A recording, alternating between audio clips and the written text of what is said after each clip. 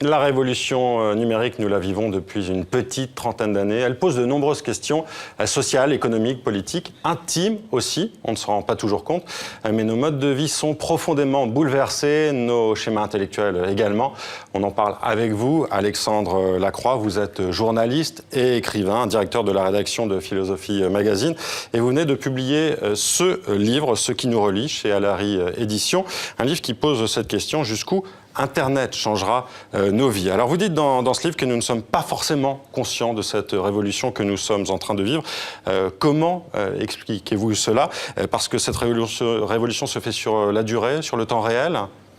Je dirais que, alors mon métier, c'est que je ne suis pas un informaticien ou un geek, quelqu'un qui va, ce qu'on appelle un geek, c'est-à-dire quelqu'un qui va tout le temps dans les magasins chercher les nouveaux gadgets technologiques. Mon métier consiste plutôt à essayer de regarder le monde contemporain avec les outils de la philosophie. C'est le travail que je mène à Philosophie Magazine. Et vous utilisez ces outils d'ailleurs dans votre livre pour décrypter. Je dirais qu'en regardant le temps présent, la situation de la France et de l'Europe, il y a deux manières de voir les choses. On peut se dire qu'on vit une sorte de période d'inéluctable déclin. C'est pas très drôle, mais beaucoup d'Européens sont dans cette humeur-là. Ils se disent que, un peu comme les citoyens, si vous voulez, de l'Antiquité tardive, les habitants d'Alexandrie au 2e, 3e siècle après Jésus-Christ. La fin des grandes idéologies aussi. Oui, les grandes heures de l'Europe, l'heure conquérante de l'Europe est passée, le déclin économique est là, et puis l'irrationnel se déverse chez nous sous la forme du fanatisme, de la violence. Bon, ça c'est la version morose de notre histoire.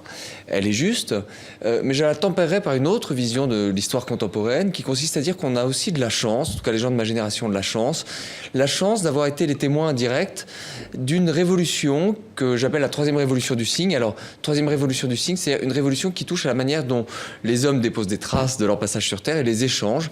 Donc, première révolution du signe, c'est l'invention de l'écriture, qui a été très longue, entre 5000 et 3000 ans avant Jésus-Christ, mais qui a fait basculer l'humanité de la préhistoire dans l'histoire. Deuxième révolution du signe, c'est l'imprimerie, inventée en Chine. Vous le rappelez dans le livre, et pas Gutenberg. Mais oui, c'est une invention chinoise et perfectionnée en Corée. Et donc, mais la technologie arrive au milieu du XVe siècle en Europe. Et là aussi, grand bouleversement, notamment les autorités religieuses, à partir du moment où les livres imprimés se répandent, sont ébranlés. Et puis notre révolution du signe à nous, je choisis de la faire commencer, on peut discuter de la date, mais avec l'invention du World Wide Web, ce qui date de 1989. Et de 1989 à aujourd'hui, en 26 ans, tout a changé, tous les secteurs d'activité économique. Évidemment, chacun a dû réapprendre son métier en se servant de ces outils, mais aussi la manière dont on aime, dont on tisse des liens d'amitié, dont on se rencontre.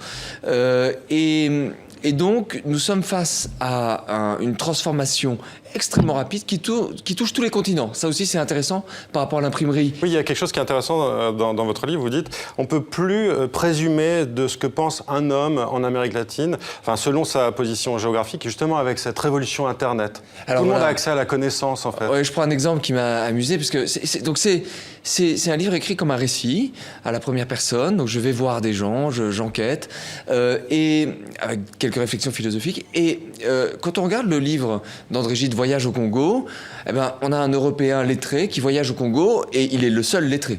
Il n'y a pas d'échange avec des Congolais qui seraient lettrés. Même pas, ça ne lui passe même pas à l'esprit que ce serait possible. C'est une société où tout le monde était à sa place, d'une certaine manière. Oui. Le littérateur français est là, il possède le savoir. Les autres, ils sont dans un autre univers mental, complètement. Et on le sent bien dans son livre.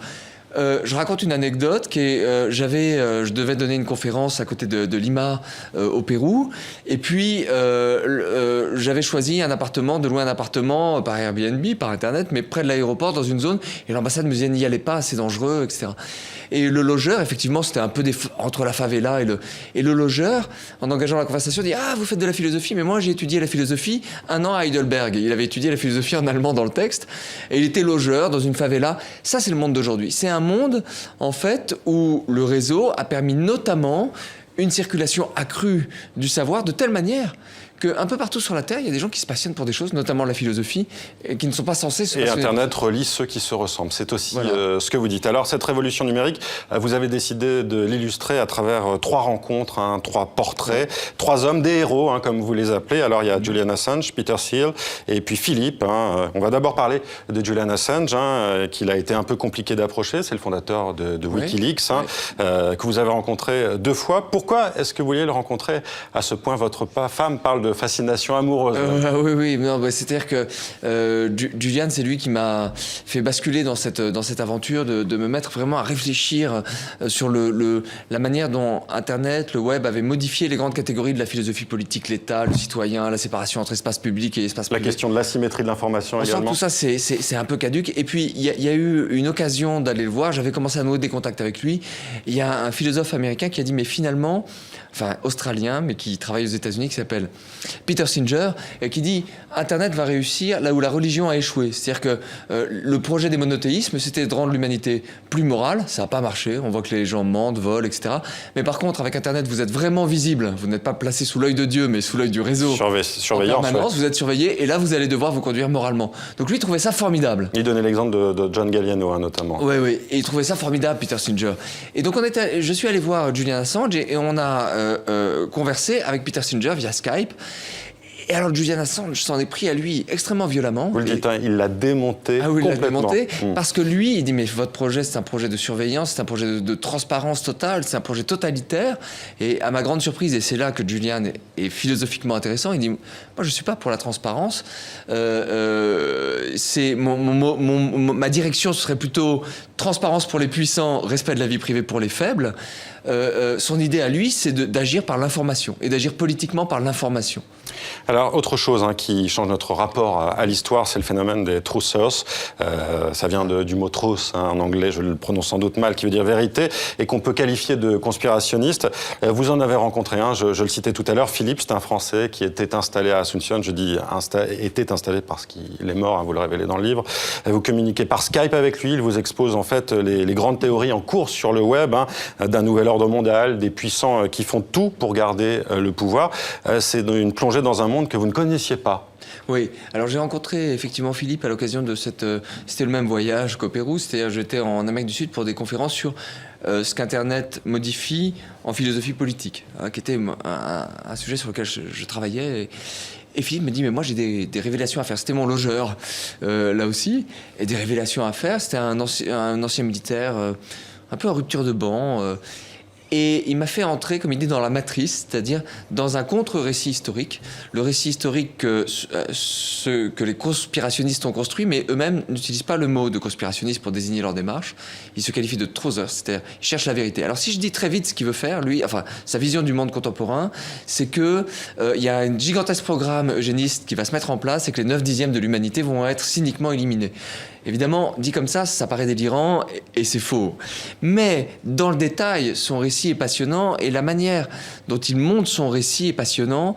Et les truthers sont 200 à 300 millions dans le monde. Ils construisent des dossiers, ils accumulent des preuves ou des éléments de preuve, on va dire des vidéos, des photos de leur...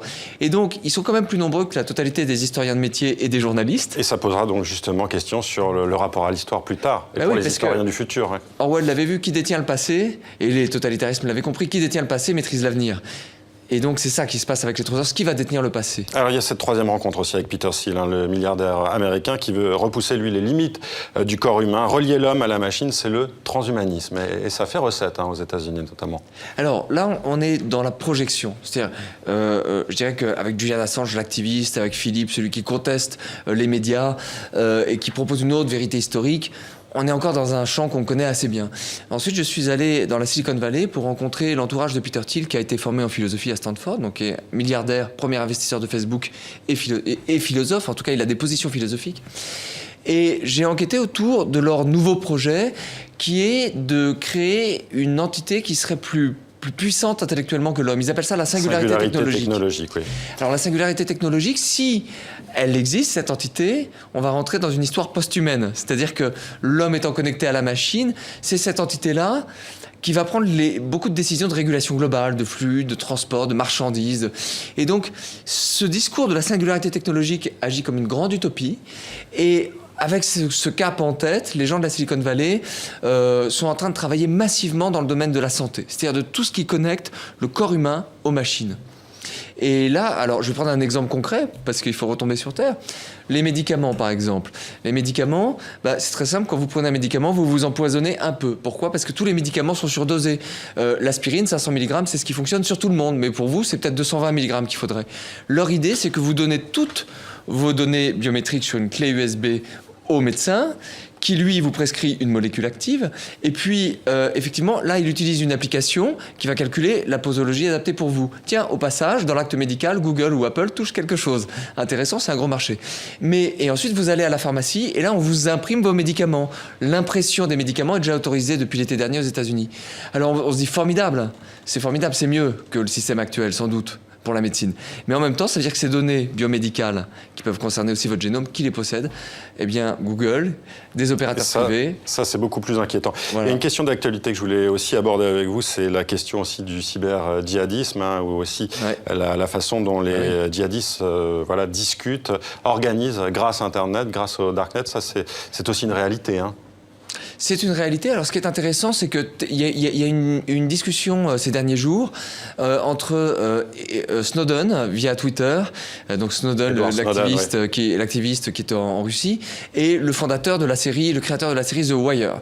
Et en fait, Snowden accuse ce scénariste d'avoir révélé aux terroristes la manière de se servir de la technologie. Et la bonne manière de se servir de la technologie, ce qu'ils ont utilisé apparemment, ce sont des téléphones jetables avec des cartes SIM jetables.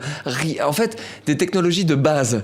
Parce que quand vous entrez dans la cryptographie, dans le Darknet, vous êtes sous surveillance accrue. Et donc, en fait, ce sont des technologies, on va dire, relativement rustiques et simples qu'utilisent aujourd'hui les terroristes. Alors, vous pouvez aller retrouver cette conversation sur Twitter, bon, c'est en anglais, entre Snowden et The Wire. C'est assez passionnant, leur conflit.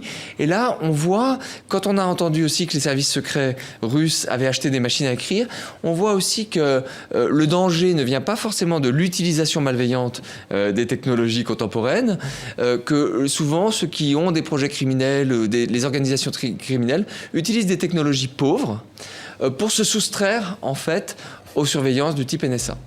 Merci Alexandre Lacroix d'avoir été le grand témoin de ce 64 minutes. Je rappelle que votre livre, Ce qui nous relie, est publié chez Alary Éditions. Merci d'avoir été avec nous.